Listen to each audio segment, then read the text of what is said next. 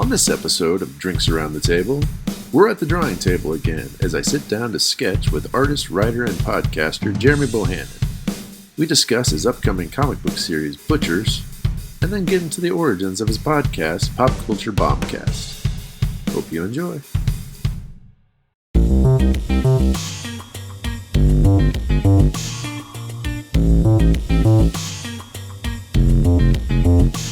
What's up? Thanks for coming on the show. Hey, no problem, man. I'm very excited to finally be here. I'm excited to finally have you here, especially now that we're back at the drawing table for the second time in this series. What are you drinking? Well, I really wanted to drink bourbon with you, and I ended up not doing that because I was outside for a significant amount of today, and it was an unseasonably warm day. So being outside, I drank a couple beers. So I figured I would just ride that out. So I'm drinking beer today. And thanks to a little app I found where I could get different beers from different states, my 90s wrestling geek is drinking a Stone Cold's Broken Skull IPA. So nice. Steve Austin inspired beer is what I'm drinking right now. I dig it. That's cool. All right. So let's see. All right. So I'm going to draw with you though. It's going to be laughable. What am I drawing? Throw out something. I'll draw it. Oh, what are you drawing? I did monsters with Mueller, and I'm happy to do monsters again. But I don't want monster. I want like a floating specter, like a freeform floating phantom or something like very much with its clothing draped off. And if you see present body parts, those are bones. I'm trying to challenge you. All right. I got you. Okay, that's cool. All right. What are you now? If it's something you can't show, that's cool. But what are you working on? No, well, you and I just talked just a minute ago about I've been kicking back up the drawing a lot again. Work's been beating me up, but I have made some time to draw again. And one of the things that for the comic book, I'm sure we're going to talk about in a little bit. One of the things that I've really sat down and done lately is create a Bible for the book.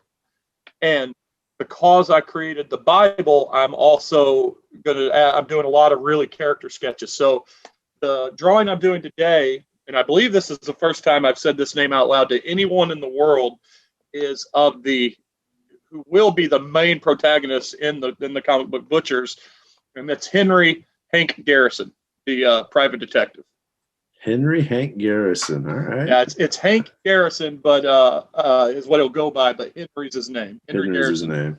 All right. And Garrison is an absolute tribute to something that's actually coming back this year.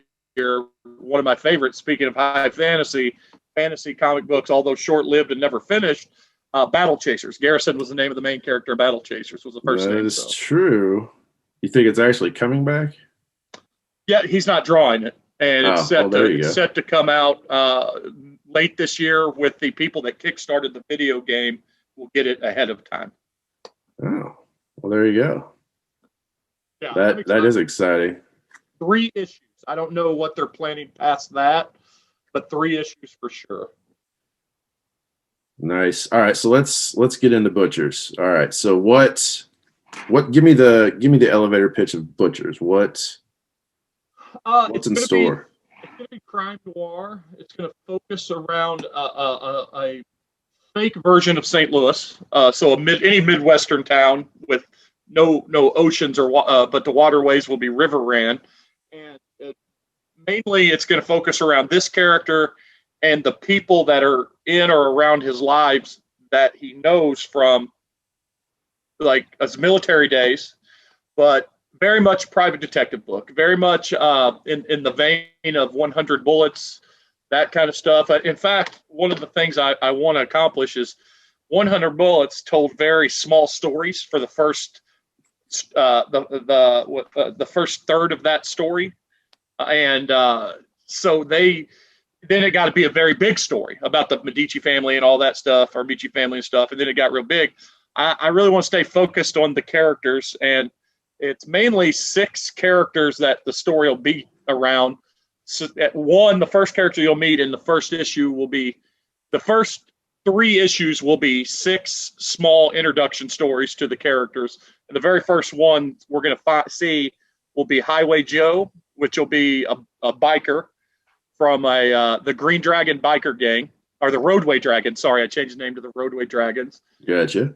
And then we'll see Isabella Bianca. I can't even pronounce my own names, but she'll be AKA the White Crown, and she's going to be the Italian mob boss. Which mafia is not giant, obviously, in the Midwest, but there's reasons that there is a mafia in the Midwest, and it'll cover it in the book. But she's called the White Crown because she's not super old. She's one of the youngest capos. She's a woman, and she has stark white hair. And that's going to be the first story for those two. And again, they'll all be introductions. Hopefully I can get all 3 of those issues out this year. And then after that, it'll be more of a serialized story going forward after we meet the players. Nice. So yeah, okay, I gotcha. So the 3 will be kind of introduce the world, introduce the players. Yep. And then start proper with, okay, do you have any kind of, like, how far mapped out is it? So layouts for the first full issue are 100% done. And all 3 issues are written. All 3. Now, I will say this: the last issue, the issue 3, is going to need some touch up for dialogue and things like that. Right. But all of it is the first entire issues laid out. Some of the second issues laid out. Where the problem I had is, and I'm sure a question's you're going to ask me, and I don't want to jump the gun, is the look. I've had a real big issue trying to not decide. Well, here's the problem. Like so many kids our age, I grew up collecting comics in the 90s and mainstream comics. So that means I'm a giant Jim Lee fan. I'm a giant Todd McFarlane fan. I'm a giant Eric Larson fan. And I grew up mimicking all their styles. And in fact, I think kind of to my detriment, I'm still very good at mimicking a lot of different styles of artists. And I say detriment because, I got to lock into what I want. And honestly, what appeals to me, and with especially a book like I'm wanting to put out, kind of a Michael Oeming style or Eduardo Rizzo, kind of a dirtier, darker, simplified style is kind of what I'm shooting for. So I almost had the first issue drawn badly. And I pulled back and I said, well, when I started inking it, I go, this is garbage. This is really bad. And it was because from page 1 to page 24, it looked like 3 different comics. And that can't happen. Right. Yeah. So the thing that helped me is stepping back. First thing I did was write a Bible, pretty short, like 3-4 paragraphs on each character. That's how I started. And then as stories would pop in my head, I would add more to that Bible. This something happened to them. This happened to them. And now I'm going back and actually drawing pictures to go with that Bible. And I've done this for Highway Joe. I've done this for the White Crown. And even though we're not going to see, spoiler warning, we're not going to see Garrison until the final story of the 3rd issue. But since all the stories take place in or around him, I thought, well, man, I better get him figured out. So that's kind of that's why I'm drawing this right now, just doing it more. And I got the idea, and I've made a couple sketches. And honestly, I just want if this makes sense to you, he's going to be in his 40s. He's a bigger guy without being overly muscular. I'm not going to do any super definition like a Jim Lee or anybody would. But he's got a very much a Bruce Willis style look. And in fact, there was a cover I did, or a picture for a cover on, I think it's now on Bombcast Studios Facebook page. And I think you saw it of the guy holding a gun with the rain coming down. Right. Very much kind of a Bruce Willis, like a Bruce Willis with more hair, if that makes sense. Yeah. Yeah. So kind of a rugged, manly man without looking like Arnold or Stallone, if that makes sense. Yeah. No, I get it. The Bruce Willis, yeah.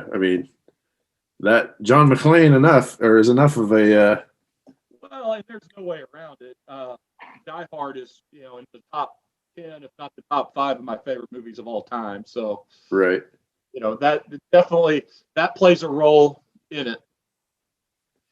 in some of the things I want to do with this book, there's a character is also going to be a real big character in this named Ethan Saxon, and he's going to have a lot of aliases, and he's a hitman, and I don't want him to be a good guy, but I don't want him to be an overly bad guy. And one of the hooks with him and Garrison is that Garrison, he's younger, but Garrison was a mentor of him when they were in the military together, and now he's a freelance hitman. And there's going to be a hook to where the only reason he's never been hired to kill Garrison is because he sets his own prices and he's charging so much no one will pay it. So then there's going to be a crossroads one day. Again, spoiler. At some point, what if someone does want to pay that fee? Right. But and kind of part of me is like, even though these are going to be very small stories, there was a comic run that Scott McDaniel drew for Green Arrow back in I got to think of the middle aughts or the middle 2000s. And it was all about, they brought all the world's best martial artists, sans Batman. He wasn't invited, but like Lady Shiva, Connor, the Green Arrow's son, right. Green Arrow, Diana, or what's her name? Black Canary, and it was all these martial artists were brought in kind of their style of this comics version of Enter the Dragon. And I thought, well, kind of one of the things I want to tell in this story too is 6 or so, for other various reasons, but 6 or so of the most dangerous people in the world. And they just happen to not, for whatever, one's a mob boss, obviously, so her danger is more calculating. There is a Chinese mafia that's located in it, and one of the hitmans there is obviously, he's the kind of the stereotype of what a hitman for them would be like. Then there's this real hitman in Saxon, and then there's Garrison, who's not just physically imposing and impressive, and I've got some fun ideas for stories about that against some younger guys, but he was a brilliant military tactician too. So, but he just takes that into his private detective world. And very much also there, I want to feel like with Daredevil, I don't know how much Daredevil, for sure, Daredevil, he's a protector of Hell's Kitchen. Right. That's kind of the story I want with this fake Midwestern town is, there's a lot of crime that goes on. In fact, the world that he lives in his town is going to be called the meat market, thus the term butchers. Gotcha. Okay. That was the next question. Very crime-ridden area, and except for his block or two, his little area. Okay. He protects his block, and no one steps over his boundaries. All right. It almost like if Batman were transparent in what he did in life, but also not rich. So. All right. So what? How is it? Is it going to be single issues or is it going to be single issues for the first 3, which will be called introductory, and then hopefully, I would love to say ideally this goes somewhere and it ends up becoming something that I do that can sustain itself monetarily. But even if not, from there on out, I would love to still put out a couple issues a year, probably maybe bigger issues, and tell a story each issue, even though individually contained stories, maybe sometimes 2 or 3 part stories. But after the initial 3 issues, we'll call the miniseries, then I would like an ongoing serialized story. Okay. So not just like maybe collected graphic novels at some point, but that's not how you're envisioning it coming out. I would love for it to be, a comic book. Yeah. For no other way around it. I'd love that. That would make me as happy as could be. I get that. That's kind of where, that's where Muller's at too. Like he's going to collect them, but yeah, he wanted that month or that monthly feel. Yeah, absolutely. Yeah. That's the best way to say that, the feel of a monthly comic. All right. So Butchers is your magnus opus. Yeah. That's a good way to put it. Sure. Yeah. Is that, or do you have other comic thoughts? Oh yeah, so Would I entertain doing other comic books? Absolutely. In fact, I've got ideas. Like you and I said, there's some very fantasy-oriented stuff that I would love to do. In fact, to be honest with you, I'd love to find another local or maybe not local, but someone else that fancies themselves an artist and work with them too, and collaborate and maybe just hand over the reins of doing some writing on it. Just and let them do the drawing as well. Kind of like this. I'm not to plug myself here, but that's what we're doing. So I love doing my podcast, PC Bombcast. We're up to 200, and I'm going to record the 220th episode tomorrow. Damn, that's impressive. And I love doing my show, but coming here on your show is almost more fun. Yeah. Because all I have to do is I don't have to worry about driving a ship. That's your job. Right. I don't have to worry about coming up with a plan of attack. And I think my co-host would tell me, to a man and a woman, all of them would say, yeah, it's Jeremy's show, but sometimes that's just because he doesn't like to let go.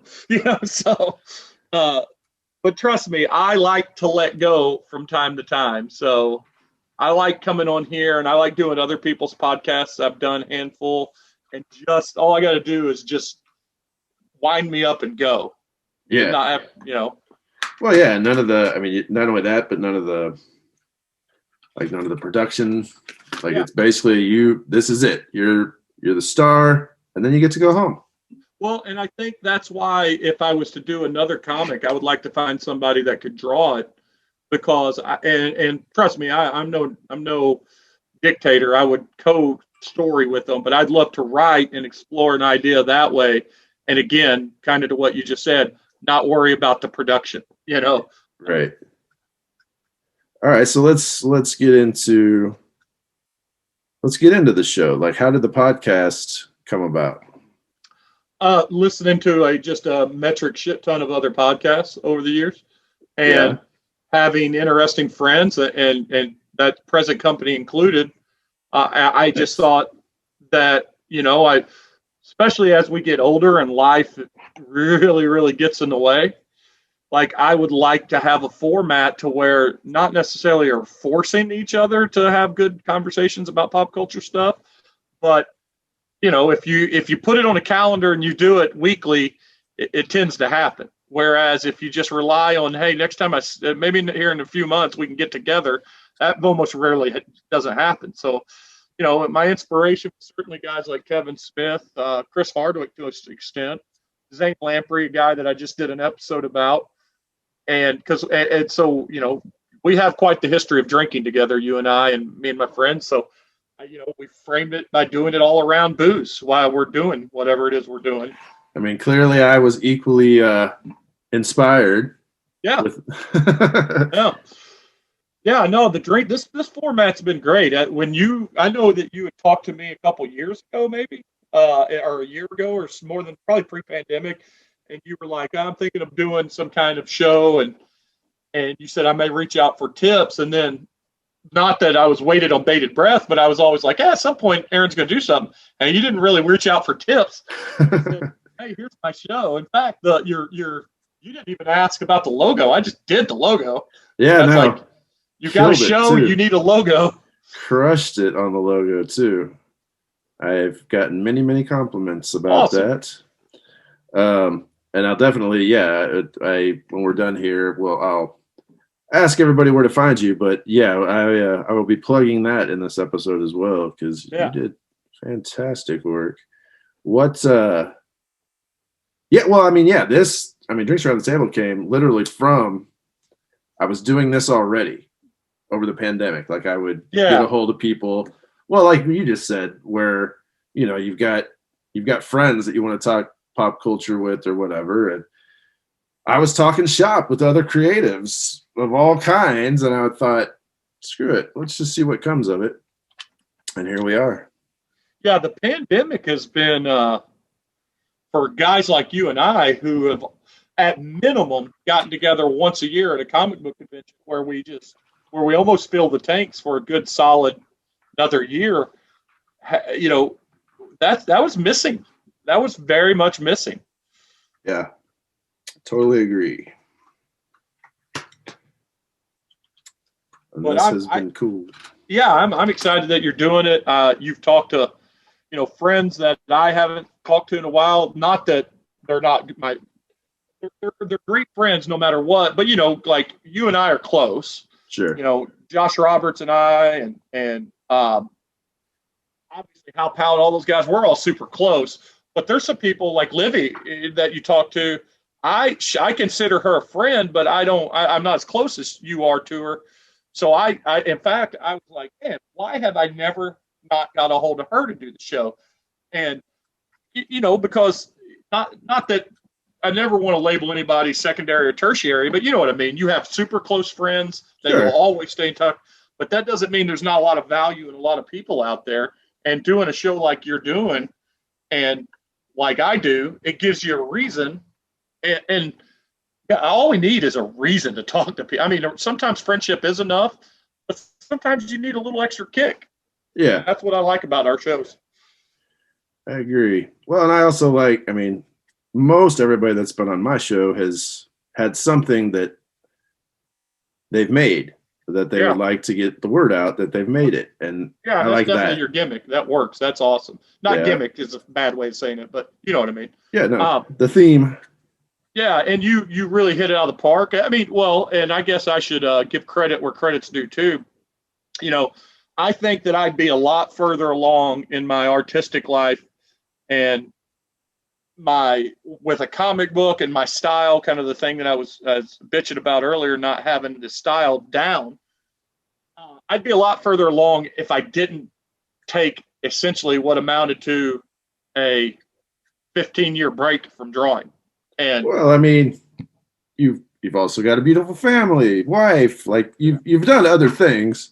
Well, and they're super supportive. The break came from, owning my own comic book store and then changing careers. And then, sometimes you get to a point where you've been away from it so long, there's an intimidation factor about jumping back into it or jumping into it. Yeah. And like I say, give credit where credit's due.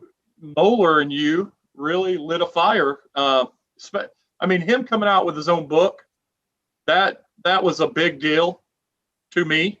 Yeah, and definitely. Same. It said, hey, you can do this. And for one, it said, and you take for granted, it's so easy to be an independent, do something independent now because the avenues are all over the place. Right. But it's more than that. It's just having, being pushed to do something. And, and a big part of my life has always been writing too. And you've always claimed and actually been a writer. And I never envisioned myself as a writer whatsoever. Like not one part of me has ever thought of himself as a writer. And then I was like, well, I like writing stories. The last time I checked, that's what writing is. So yeah. So I started, with this Butchers, and even before that, just started writing stuff. And I just because I wanted to show. I mean, that's the first issue. Awesome. It's not just done; it's edited, printed out, had somebody look at it, and I do want to lean on you one day to maybe read something over. Sure. The first one, I want it to be a surprise to everybody. No, that's cool. I get that. Like that, Moeller did the same. Where you'll see it. Like, tell me what you think when you see it, but it'll be done when you see it. Like, yeah. I get that. That's cool. Well, and I mean, I'm the reverse. I've always considered myself a writer. I don't consider myself an artist beyond writing. Like I'm trying to teach myself to draw, but it's not, by no means am I ever going to put penciler on any kind of application, but I've had fun trying to learn. Well, and I'll tell you this, where I would say like my own I know it sounds weird to say this, but if I were to have a personal goal for you as a quote unquote artist, I would just like you to get confident enough to where it doesn't. I mean, we're not talking about doing a cover for X-Men or anything. I think if you got to where you could at least draw a small pinup or sketch that appears in either mine or Muller's comics, that's a win. Oh, definitely, man. I geeked out so hard being in his issue 3, like having my first awesome. published comic, like or part of a comic. Yeah, no, Yeah. I completely, I get that. Yeah, I mean, that would be cool to say, yeah, I drew this. Yeah. The other thing too, we can definitely hit on is, and I know that, and let you correct me if I'm wrong about the unveiling when this airs down the road. But the other thing too is I had already, like, Missy has been complaining at me for this for about a year or two. I'd already been doing logos for sports teams, for charity events like concert festivals and stuff, and just doing them. Because every time somebody on Facebook would say, "Hey, does anybody know anyone that could design a logo?" And I'm like, "Well, yeah, I'll do it." I mean, that's literally how it happened. That happened 3 or 4 times, and you came to me and said, "Hey, can you help me with the logo for Herald Earth?"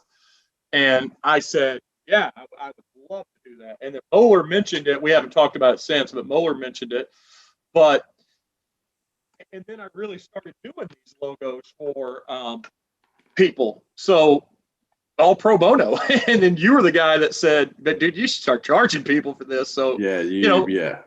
Lo and behold, I'm now charging people for that. It's all side work, it's all freestyle stuff, and it's but I've done, commissions for comic book covers for athletes recently and more logos. I think between your logo, the Freedom Jam concert, I got a buddy that's got a woodworking company that I did one for. I think I might have I got a buddy that's got a disc golf company that's coming out. I think I might have about 5 or 6 logos out there that are on professional things that I've done. So I guess I'm a professional designer. Yeah. See that you can check off on a application. Not that you're applying, but yeah. Like that's a box. Artist is not a box I can check. So what? So PC Bombcast, obviously a play on your or not a play on, but a showing that it's in the same family maybe as your Bombcast Studios. Yeah. Oh, yeah. Sorry. Bombcast Studios is it all to show that it's all in the same family as your show? Well, yeah, and it's not intentional. I mean, what happened is, I did the podcast PC Bombcast, and we used to have another name, which is not important. But we're Pop Culture Bombcast, and everything's kind of done down in what we call the Studio Bohannon, which is a combination of my name and my wife's maiden name. And, so every time I did these drawings before, I would call it would be like Bombcast Comics or PC Comics or something like that. Well, when I was thinking of creating a site, I could not come up with a name. Well, almost everything I do creatively, whether it's a podcast, whether it's writing, whether it's drawing, whatever, or whether it's even doing research, watching movies, it's all down in this man cave, which I call Bohannon Studios, which is where we record PC Bombcast. So I thought, well, shit, let's just keep it all under the same theme. So Bombcast Studios. I mean, that's just how it came out. Makes sense. I mean, from a marketing standpoint, keeping it on brand makes sense. I have a confession. For the longest time, it was like a fleeting thought. I don't know how I landed there, but for the longest time, I thought the bomb in Bombcast, since so many people in our lives call you Bo, short for Bohannon, I thought bomb was Bo and then Missy Bohannon, your wife, just bomb. So that was bomb. We're going to go with it. That's a way better story than just the fact that, to be honest with you, so the name used to be The Random Ass Podcast, and we had enough people that were giving us sponsorship in one way or the other, whether that was free booze, whether I was getting a 6-pack a month review on the show, or I even got some, $25 a month to read some posts for a little while for some people. So I just like, well, I don't want these people to be associated with an ass, So let's change the name a little bit. And pop culture is what we do. Right. And honest to God, I liked the idea of a bomb for my logo, like Bob-omb from Yeah. Mario. Right. And so I was like, what was the name of his band in Scott Pilgrim? They were Bob-omb, right? Yeah. Yeah. Something like that. Yeah. Yeah. I like the idea of the bomb. So I was like, I want to make I drew the bomb first, and then made the name work around it. So Fair. Pop Culture Bombcast worked because PC Bombcast sounded easy to say, or PCBC. You didn't have to say the whole name. Right. And I very much liked that. Yeah. Being able to make it quick. Yeah, truncate it down to something that just rolled off the tongue. Like So everything's kind of connected. Now there's Bombcast Studios. And honestly, I've got hits there because I'm charging it. This bad boy just came in today. Photography is going to start popping up on there. Nice. And I'm not going to do, don't trust me, it's not going to be photography like, I'm not ever going to do anybody's senior pictures of their wedding. It's going to be interesting photography and still lives and even portraits of people. I'm a sucker for catching, I like the gimmick of catching people in the all natural, Right. without unsuspecting pictures and things like that. I love taking pictures of my family when they're just walking. And so it's not going to be something where I'm like calling myself a professional photographer either. But I've already got a folder created for photography, and I've done some here and there. So I'm like, I need to get an upgraded camera, And it honestly, it'll help with some of the logos and things that we're doing for sports teams. So yeah, that makes sense. Very cool. All right. Well, I'm going to show you what you asked me to draw. This is what you got. Okay, I'll be honest with you. That's kind of exactly what I was going for. Yeah, I'm down with it. Well, there you go. I'll show you where I'm at right now. Nice. So this is Hank. Yeah, Hank Garrison. Just a quick sketch. I don't know that the hair and the face are going to stay. Yeah. Kind of a broad, rugged man. Yeah. No, he's definitely a swole Bruce Willis. That might shrink a little. Maybe add a little more gut because he is going to be mid-40. But t-shirt and jeans guy. If he dresses up, it's throwing a jacket over that. So right. No, I know the type. I am the type. So. All right. Well, we're running out of time here. Where can everybody find you? You can go to pcbombcast.com and find everything podcast related. You could go to Bombcast Studios on Facebook. You could go to Jeremy Bohannon on Facebook and Bohannon00 across the board on all the social media. Or just the easiest way is PC Bombcast across everything. Facebook, Instagram, website, and that'll link to everything else. Everything That's the else. easiest way. All right. Yeah. And I'll put all that below the episode here. But in the meantime, thanks for having a drink with me, man. Been looking forward to this. Yeah, I still got some left, so we're going to keep going. That's right. Everybody else has to miss out on that. We'll talk to you next time. All right. I had a blast. And that wraps up our visit. Remember, if you'd like to get together for a drink, just reach out. We'll put something on the books. In the meantime, like, share, subscribe. Do all the things down below. Till next time.